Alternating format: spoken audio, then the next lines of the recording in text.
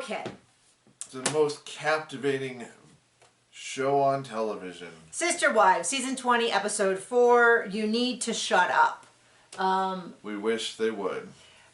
From what I'm hearing, ratings are plummeting, which would make sense based on how boring it is. Well, the number of people we have subscribed to our Patreon, our viewer numbers. How much they're showing us Robin and Cody. What we tend to see is ratings and our viewing numbers almost exactly matching. If there's a really good episode, we'll see a lot of viewers. If it's a boring episode, we don't tend to see a lot. I'm guessing we're not going to see a lot because there was really only 2 highlights in this episode. Spoiler alert, it was Michael calling out Cody for referring to Christine's children as her kids. And he goes, your kids? And watching them cut down a Christmas tree. Everything in North Carolina was good. And I mean, and Christine's talking about, her talking with Peyton was also, I mean, it was okay. It just wasn't like, oh wow, that's a whole show and I can't wait to talk about it. And Mary dating is kind of fine, except it's mostly her talking about dating, which I understand because she doesn't want to necessarily show all her first dates, but it just ends up leaving you a little bit like, oh yeah, okay, so she's thinking about dating. Great, you know, amazing. So we'll start there. Arizona, who's the dog, who's by far one of my favorite characters, and Mary go to Jen's bike shop, where they talk about how about a year ago, Jen and her husband bought this place. It's a bike and RC store, and it's really become quite the happening place in the Parallel County. Oh no, in Parowan. The subtitle said Parallel, instead of Parowan. And I was like, good for her. She should be promoting her best friend's business. Like, get her some views. Have people swing by to see it. Like, good, that's fine. Mary's talking about how she has talked to Ron. That's the guy from the speed dating. And that's all she's going to say. Fine, I get it. It is a weird thing to, like, there's a certain invasion of privacy for her on somebody else who's not paid to be on the show to give too much detail. So, boring, but I get it. And then, of course, they have to ask, I feel like they only ask Cody and Robin when it gives them an opportunity to sneer. Oh, Robin's like, oh, an app. Oh, isn't that just for people who hook up? Oh, it's like, okay, Robin. You know, like, yeah, there are apps that hook up. And you know what? There's also incredibly... It's not like she's a hoe who was hooking up with Cody before they were married while Christine was giving birth. Oh, wait. Exactly what happened. Yeah, and then Cody's like, how could you even get to know a person? How could you even get to know them? And I'm like, oh, yeah. Says the guy who didn't date and married 3 girls. Yeah, well, it says the guy who's like, yeah, we can't all do it as chaste as you, which is to have an arm around your partner at church while you're ogling someone across the room and being like, that's the person I'm going to marry. Yeah, such a deep connection. Like, come off it. And then secondly, it's like, how out of it do you have to be to not realize that quite a few people meet through apps? We met through an app. Several people we knew met through apps. It's like... It wasn't an app at the time. Oh, that's right. It wasn't an app. It was a website that we had to go to on an actual computer that was hardwired to the internet with a cord.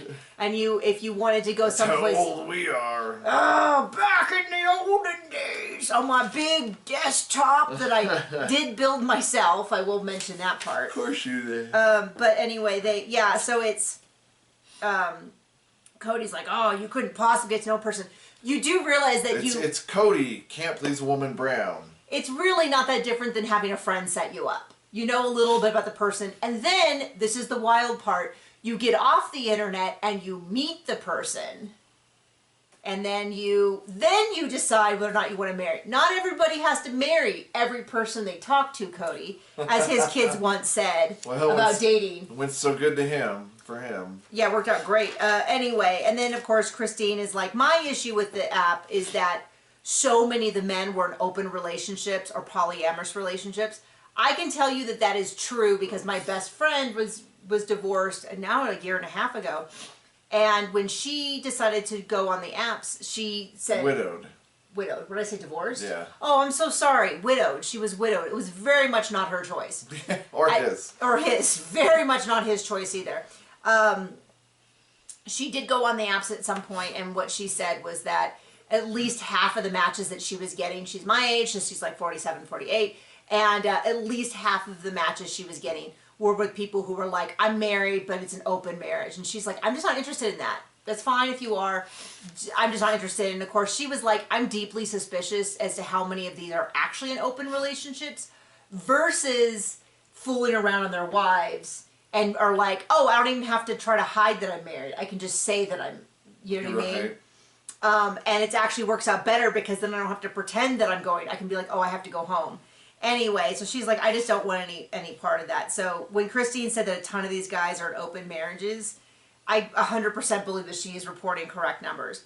And Janelle is just once again stuck. She's like, I'm just not interested. If I meet, she said before, if I meet someone and I'm interested, you know, and I think it's just that this, I think in a way you can say Christine was on one side. She wanted to get married. She wanted to meet a man. She wanted to fulfill everything. And Janelle's about as far away as you can get in terms of, she's like, no, I'm perfectly happy with everything I'm doing. If I meet someone who can add to that and is totally organic and I don't have to search for it, fine. And I think Mary's kind of in the middle where she's like, she is having a lot of rules. Some of them I think are totally appropriate. Like, we'll kind of get to it in a bit, but she talks about how she's not looking for a man, but she is interested in someone who would make her life better and treats her well. And I'm like, well, yeah, I mean, in all these cases, you see it a reflection of the relationship with Cody. So anyway, we have Michael, who is Cody's younger brother by quite a few years. I believe, was it 10 years? No, but he's the 10th of 10. Oh, okay. Quite a bit younger, and we have seen him before. I'm pretty sure that Boys Night Out episode in Vegas where Cody said that he rode a motorcycle. No, drove. Drove a motorcycle. I knew it was something, drove a motorcycle. I think Michael was in that one and a couple other ones, but he's helping Cody move, and it's like they're showing all the parts of moving that nobody cares about. Nobody cares about Cody being stinky. Well, yeah, for sure. But Cody talking for the millionth time about why they had to move and whether or not him... And I'm wondering if they keep having this conversation about whether or not Robin's okay with monogamy, because she's genuinely not. They keep trying to tell us it. She's just not okay. Well, I just don't think she wants to be alone with Cody. Okay, now we have to talk about all his pheromones. Well, first off, but my point is that the stuff I would want to hear is I'd like to hear them on camera explain why they moved into such a significantly bigger house. I know it's so Cody has room for his business. To capture the family money that they put into Robin's house as an asset for the family. That they are not paying back out to Mary and Janelle. Right. But my point is, there's actually parts of this that I am really super nosy on. I would have liked them to have to justify why it's so much more. All of this kind of stuff, but instead we just keep getting the same stuff. So yeah, so Cody's like, oh, I'm so sweaty, I'm so stinky, ooh, my stinky stink. Do you like that, Robin? Ooh, it's so stinky. And I'm like, am I seriously watching this? And I am not by any means doing a huge exaggeration of what he was doing, right? No, it brought me right back. His pheromones. He's like, Robin, do you like that? Do you like my stunk? My stink? At least she can get a stink, because we know he can't please a woman. And Janelle does say, I heard on social media that Cody and Robin bought a new house, and it's a really big house with a really, she said good mortgage, and at first I was like, what? But she's like she meant like a good size, like a big, chunky mortgage. This is expensive house. At least it's not by a cinder mine. Hazardous mine. Oh, yeah, wait. I don't know a whole lot about that. He's near a cinder mine. I think we discussed that last week. We got a little bit more information that the allegations are that it's incredibly dusty. And I was like, that 100% makes sense for the kind of mine it is, because they're probably blowing up stuff, and there's just a ton, and just moving that in general, a ton of dirt and dust. So that does make sense. And they were saying, didn't you say that somebody in the comments said it smelled? Smelled and it's hazardous. Smells, yeah. And you could leave like your windows closed. We live off of a dirt road, and we use a swamp cooler, which means that the windows have to be open in order for it to work, because it that's how it works. And our house gets like crazy dusty in summer when we have to do that. So, and we don't live near a mine. We just live near a dirt road. Or I should say the road that leads back to our house is dirt. So anyway, so she's going on, and they're doing this whole thing about, they're trying to rebrand the reason why Robin is not interested in Cody. He describes them as they're now battle buddies because of this long ascended move. They're not lovers like they used to be. And now they're trying to rebrand. The reason why Robin is not very affectionate with him is because she's never been that way. And we're like, hold on. She's trying to say, you know, as a polygamous family, we never showed affection. And I'm like, I remember multiple episodes and multiple discussions about how she felt they should be more affectionate. And we all saw in the boat derby episode when they were building a boat, when he said we should paint 69 on the side, and she looked over at him and smirked, and they exchanged a look. Her more than him. He was kind of frustrated with Christine, and they did it over Christine's head on camera, where she was like, So don't tell me for a second that this is a woman. She just doesn't want to be affectionate with Cody anymore. I had someone who's like, that woman is in menopause, you cut her a break. And Cody is constantly now complaining about how a monogamous man isn't getting enough. He's trying to lure her. He's trying to endure her. And she's just constantly like, no, I'm not interested. And she's like, I'm just shy. And we're like, you didn't have any problem with being shy when you could rub it in your sister wives' faces. You know what I mean? I just don't think that she's that into him. I think she fell in love with the lifestyle, and she liked that everybody wanted her man, and she could call him over to put the kids to bed, and he was hanging out at her house. And she could steal all their money. Well, and people have always said, and it's true, she didn't want to be, she wanted to be the top wife, not the only wife. She wanted Cody to want her the most. She didn't want Cody all to herself. Like, she wanted to be, rub it into other wives' face, but now that there's no one to rub it in, she doesn't want to rub it on Cody. Somebody said he went from best customer to self-serve, which is a crude joke that I would never repeat on this channel, but was pretty funny. Soon to be soft serve. Oh, John. So she's like, I'm not really into public affection. I'm just very polite. And he's like, I can't wait till we're at a mall and she just slaps my ass. And I'm like, you're trying to tell, like, okay. They can't even get their narrative straight. They can't. They're just so weird. They're just so weird, and he's just so horny. And now he has no mustache, and something about it makes his face look worse. I'm not a fan of the beard and all that, but the no mustache. I'm not saying universally. I'm saying on him. I do not like it on him, and I just stare at him and go, it's not just that, it's that with the constant sneering and the way that he talks about everyone that just makes me, it's just gross. So then we cut over to Christine's house. Peyton is over. He's having chicken pot pie, which I'm now craving. And they're talking about the fact that as of the day before, he is now out of the military and he is free to move, and he's going to move to North Carolina. And they talk a little bit about Garrison, which is so hard to hear every time, but that is the reality of grief. You know, they're doing a lot to make sure that Garrison is included in this, to honor him. I think that it's genuine. I don't think they're just randomly bringing it up. I think it's the reality of when you lose someone that instrumental in your life, you think of them a lot. They're not here. They would be here. He maybe wouldn't be moving if Garrison was still there. They talk about how they're best friends. We know that Peyton spent a lot of time at Janelle's house. He was the only boy in the house because Cody wasn't there. And we saw him all the time in a lot of the early episodes where random moments were caught. There'd be like Peyton in the background at Janelle's house being sent home because the boys were about to be punished.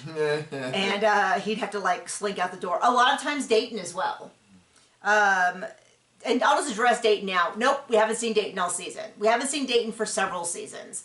I've heard rumors. I heard someone say that he was living with his dad. I've heard a rumor that he's living in Texas. I don't know. I don't think he wants us to know. I'm curious to know whether he's moving to the new house. It would be great for him if he wasn't. If he was like got out on his own. He wasn't around this constant rodeo situation, all of that. But Peyton is considering maybe he's signed up for the National Guard in North Carolina. I don't fully understand. They talk about how Garrison wanted to transfer to Arizona, and it came through right before he passed. I'm not a military person, so I don't really understand the implications of what So was he previously in Nevada and had to go back and forth? I don't fully understand what that meant, but it obviously meant something to them. And so Peyton's going to move. He's going to be near Janelle. I just want to point out, And Maddie. And Maddie. And the other kids. McKelty and all of the grandkids and all of that. And at some point we find out that Maddie lured him over with Christian girls. It sounds like he is not Mormon. He might be Christian. But she was like, there's a lot of single women and they go to my church and I'll introduce you, which is such a typical kind of thing.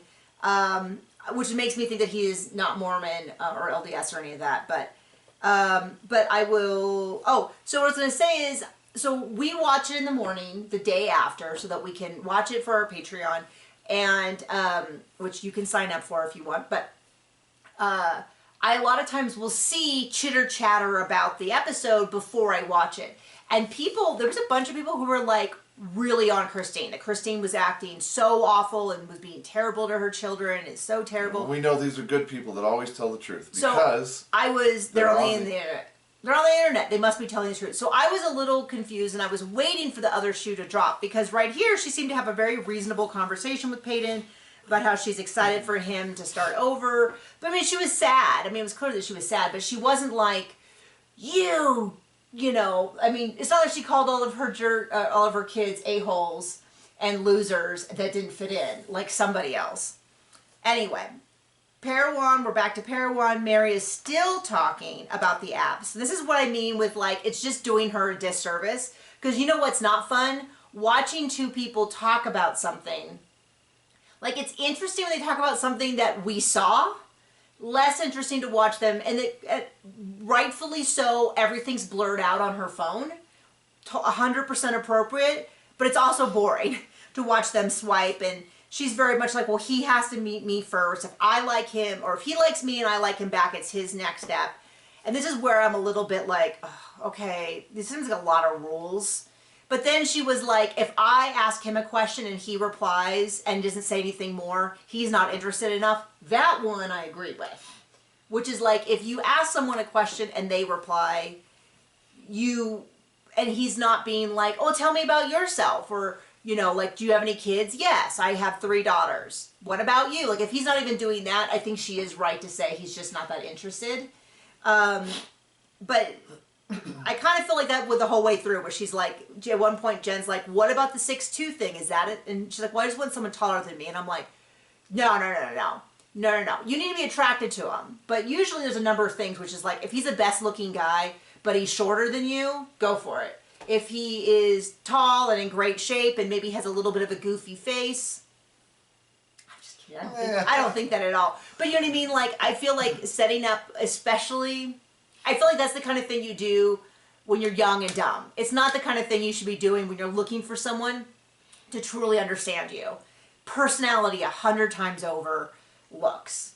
I think you should be attractive. I mean, I think if you're genuinely revolted by someone, then maybe not the case. But I've always found that if I get to know someone and I think that they're hilarious and funny and interesting, they genuinely become really attractive in my eyes. You know what I mean? Does that make sense?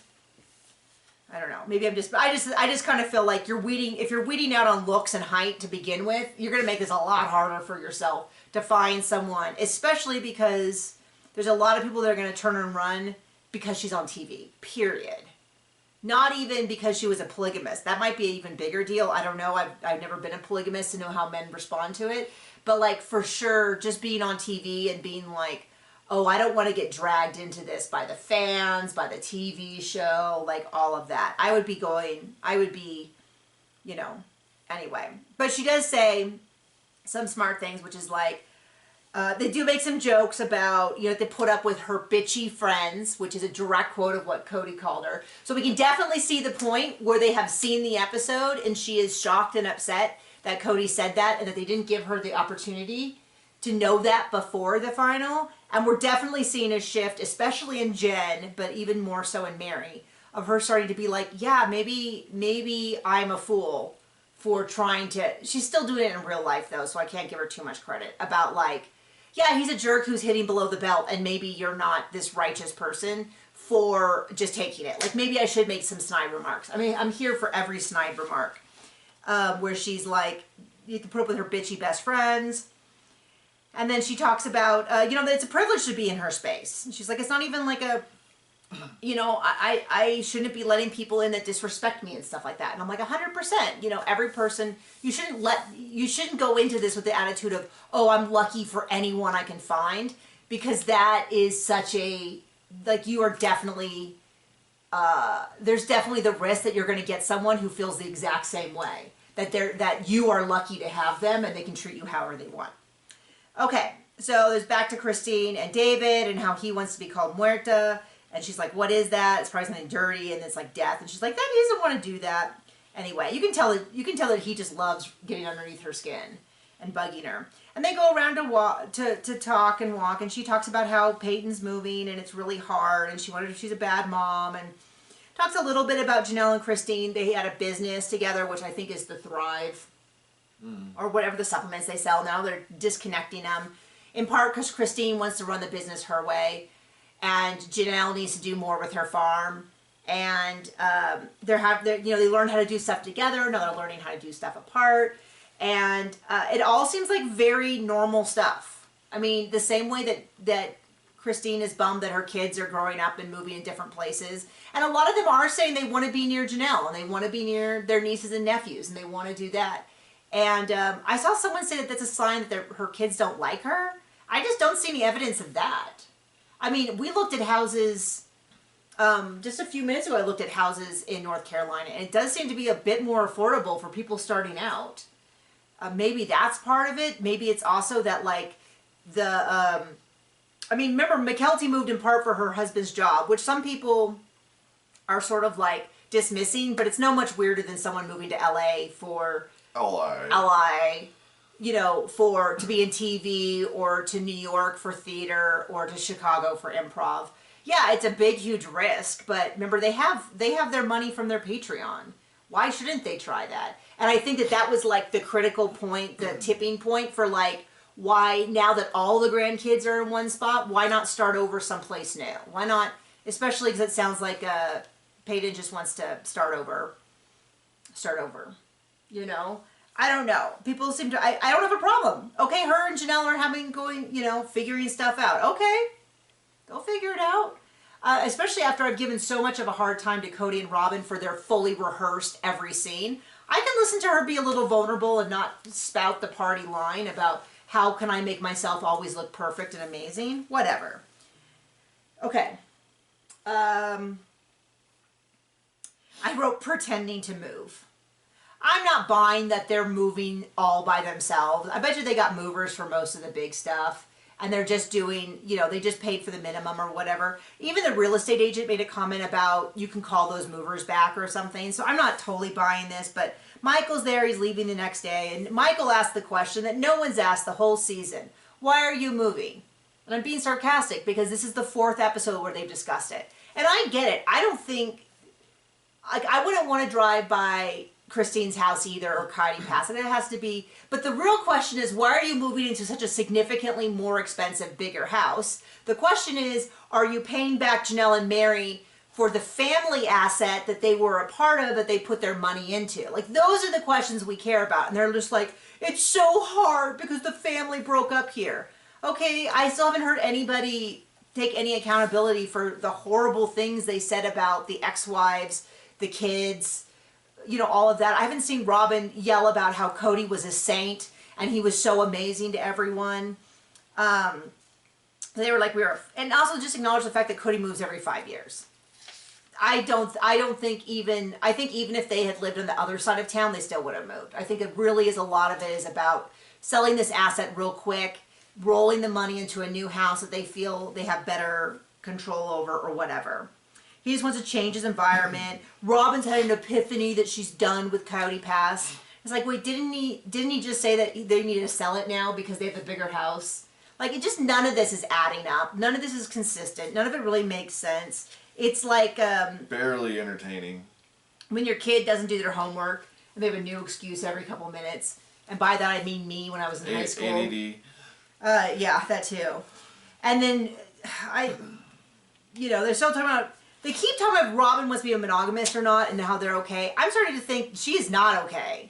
She doesn't want to touch him in public. They've become battle mates, not lovers, which makes me think that they are not lovering anywhere. He is no longer her best customer. Before, she had to win him over with all of this physical affection and stuff. And it seems like now she's just over it. I mean, not that I can blame her not wanting to have relations with Cody. But remember, after a massage with Robin, he realized his love language was physical touch. So no, after a touch, we didn't hear what it was. Did she say it was? I thought it said it was a massage. I don't think that was said. I think it was. I'm gonna go back and look. But anyway, sound off in the comments. Do you think it was a touch or a massage? Anyway, so Michael's like, you are the coolest polygamist, and I'm like, okay, Michael, you're gonna make me vomit on camera on this. And then Cody says that Robin keeps saying, we could have done it, we could have made it work. Cody brings up the time that Christine said, I hated polygamy 15 years ago. And I feel like they've discussed that since then multiple times, where she was like, I was so frustrated with how things were going that I said I hated polygamy. And that's not exactly true, because I loved the kids and I loved this. But I hated the fact that, I mean, that Cody just sort of kind of always treated her as like a basement wife. That he would be like, okay, well, if you want me to have affection with you, you need to do everything perfect. I'm not going to love you unless I think you're lovable. And then he would set up all these barriers to how she had to be lovable. Yeah, I don't blame her for not liking polygamy. And then he does say, you know, I hate Christine. I still can't talk to her. I still struggle to talk to her kids. And Michael says, your kids. They're your kids too. And Cody's sort of like, oh yeah, my kids. But like kind of goes over it. But it's like, yeah, that is the place that you put the interview.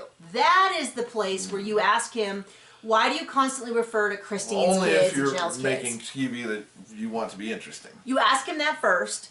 And when he then says, oh, I just do that to differentiate which group, then you ask him, then why do you never say Robin's kids? You always say my kids. And when he denies it, you play a montage of him saying, my kids. I want my kids to come back to the house with their grandkids. I want this, I And want when he that. refuses to answer, you fire him and don't put him on the show anymore. And then you kick him in the balls. I'm sorry. There you go. I'm just, if we're making up stuff. No, but I'm saying like, that is the point where that's the kind of stuff we want more discussion on, not the thing where we have to be like, wait, rewind. Did you hear what Michael said? And then Cody's like, well, if she's really in love with David, she needs to get over it. And it's like, Okay, dude. Person who hasn't gotten over anything ever. well, and it's like, so your idea is that, his idea is that she can't be mad that she was treated badly if she wants to have anyone new in her life. I don't know. It seems like she's got a pretty good handle on it. And now what I would be not moving on is if she was still calling Cody and asking for his time and his attention. And can you do this? Then I would say, okay, she hasn't moved on. Oh, can you do this? Can you do that? Can you, you know what I mean? Like, anyway. So then we cut over, she needs to get over it. There's too much drama. And then you said he's drama. And I wrote it down apparently. So now we're in North Carolina for the holidays because everyone's going to different places. They're sort of meeting up soon. Early, they cut down a Christmas tree. Everything's in limbo. She explains how they were hoping to do fall planting. They put in all their paperwork. They put a rush on it. The people there said 2 weeks. And then it is now months later. And I've seen a lot of people online be like, they're so stupid that they didn't understand how this works. I don't know. If I go to an agency and they say it's 2 weeks, I go, okay, it's probably 3. I don't expect 3 months. Right. It's the operating at the speed of government. I mean, it's like, on one hand, that does make sense, but I also go, if I go to a place and they tell me how long it takes, why would I not, like, am I being, you know, inherently stupid and idiotic for thinking that they would give me the right number? I don't know. I don't think they're that stupid. So everything's on hold. And then they tell a story that Cody seems to think is hilarious and makes him look like a total idiot, which is talking about him and Mary cutting down their own Christmas tree. And Mary's like, if you do park there, it's going to hit the car. And he's like, no, of course it's not. And then he cut it down and it landed on the car. And I just go, I don't know why he thinks that's such a hilarious. It would be a hilarious story if he had any self-awareness. But I'm guessing. Oh, is this when? At some point, they talk about Cody and how he used to be charismatic and fun and interesting, and that's just not who it is. She says, "I haven't seen that version of him in a long time." Mary says, I think it was earlier in the episode. And my thing is, why would I believe her and not Cody? I don't know, because I saw season 1 when he was this laughing, goofy guy who I think really did delight in his 3 wives and his 3 kids, and maybe he wasn't pleasuring Christine in the bedroom, but they seem to have worked out a situation where everyone was like, I have enough of what I need to continue.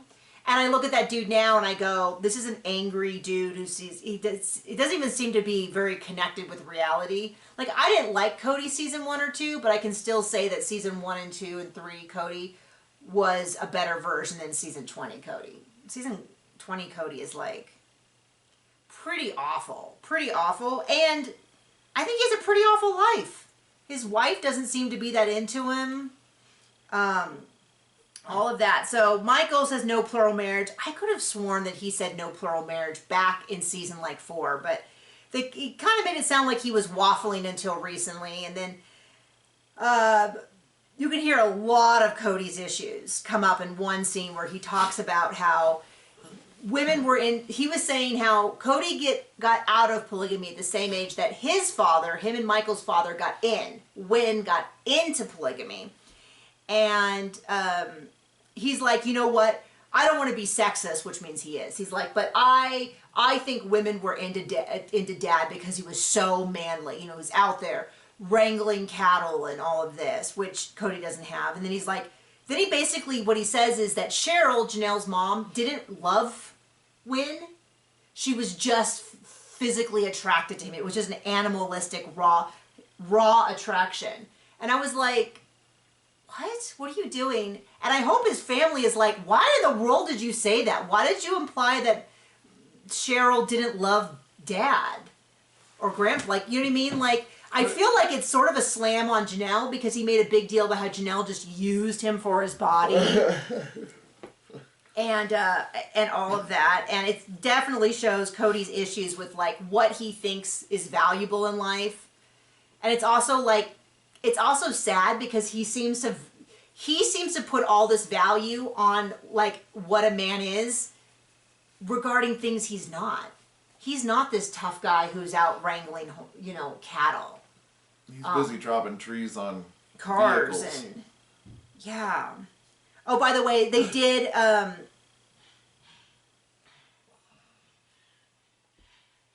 what does this say? Enough failures without saying Cody screwed it up. I don't even know what that means. Oh, Michael was saying, I saw enough polygamous marriages get screwed up that I don't really need to blame it all on Cody. I do feel like a lot of this episode was about blaming basically the idea that like no one can do polygamy. It's not Cody's fault.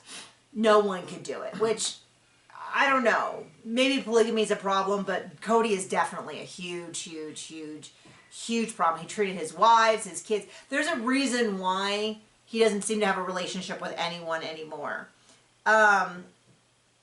And then they cut over to like North Carolina where Maddie's like, oh, I read the Darger book, they seem okay. It seems to be mostly because he loves all his wives. Real slam on Cody. And the thing about it is Cody can't even be mad she said that because you know who told her that he didn't love his wives? Cody. Well, until the next episode where he completely denies it. Yeah, he's gonna start trying to backpedal that one. I wonder if some family called him out. But anyway, so they get the Christmas tree. It's enormous. We're like, where are they going to put it? And they put it in front of the house, which makes perfect sense because and it's like it's a natural tree, not a Christmas lot tree. A Christmas lot tree has lots of, this is Peyton calls it a Charlie Brown, or someone calls it, I can't remember if it was Peyton or Caleb called it a Charlie Brown Christmas tree. It 100% is. It's got like a few branches. It's like, and they put lights on it and all that. And Christine did get a little dig, like I would have liked to have helped cut it down, whatever.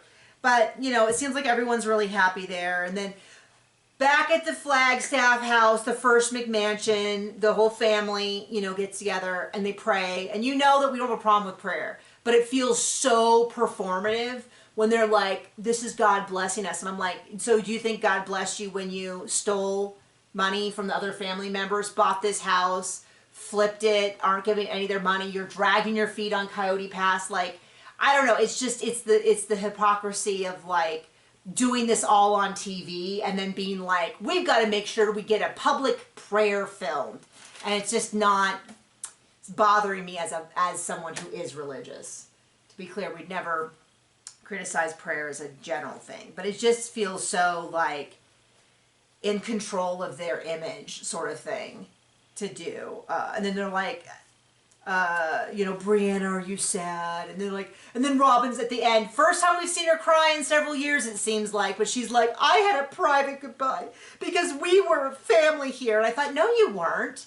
By the time this house was done, we already know that Cody went and chewed out Janelle when she went to Robin and said, I don't think this is a good idea to buy this expensive of a house. And then Robin went to Cody, and then Cody went to Janelle and chewed her out. And I remember so clearly, I think it was Thanksgiving, or it was Ari's birthday. They all had to go to, I think it was Ari's birthday.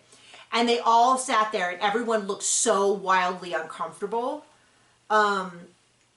Because they were all there sort of under threat of death to try. The kids were obviously there to keep their moms happy. And then the moms were there to try to make Cody happy. And then Cody and Robin and their kids were all mooning about, and everyone else looked so wildly uncomfortable. And I'm like, you weren't a family. They were there as like hostages, where you were holding Cody hostage. And Cody was holding himself hostage. They both were setting up all these rules of like, either you do what I want, how I want, or I won't love you. And at some point people said, I respect your boundaries. I can't continue to behave this way. And then he was like, how dare they? How dare they do their own thing and spend time with family members that I am out of favor with? So anyway, thank you so much for joining us. That was episode 4. Have a great day. Bye.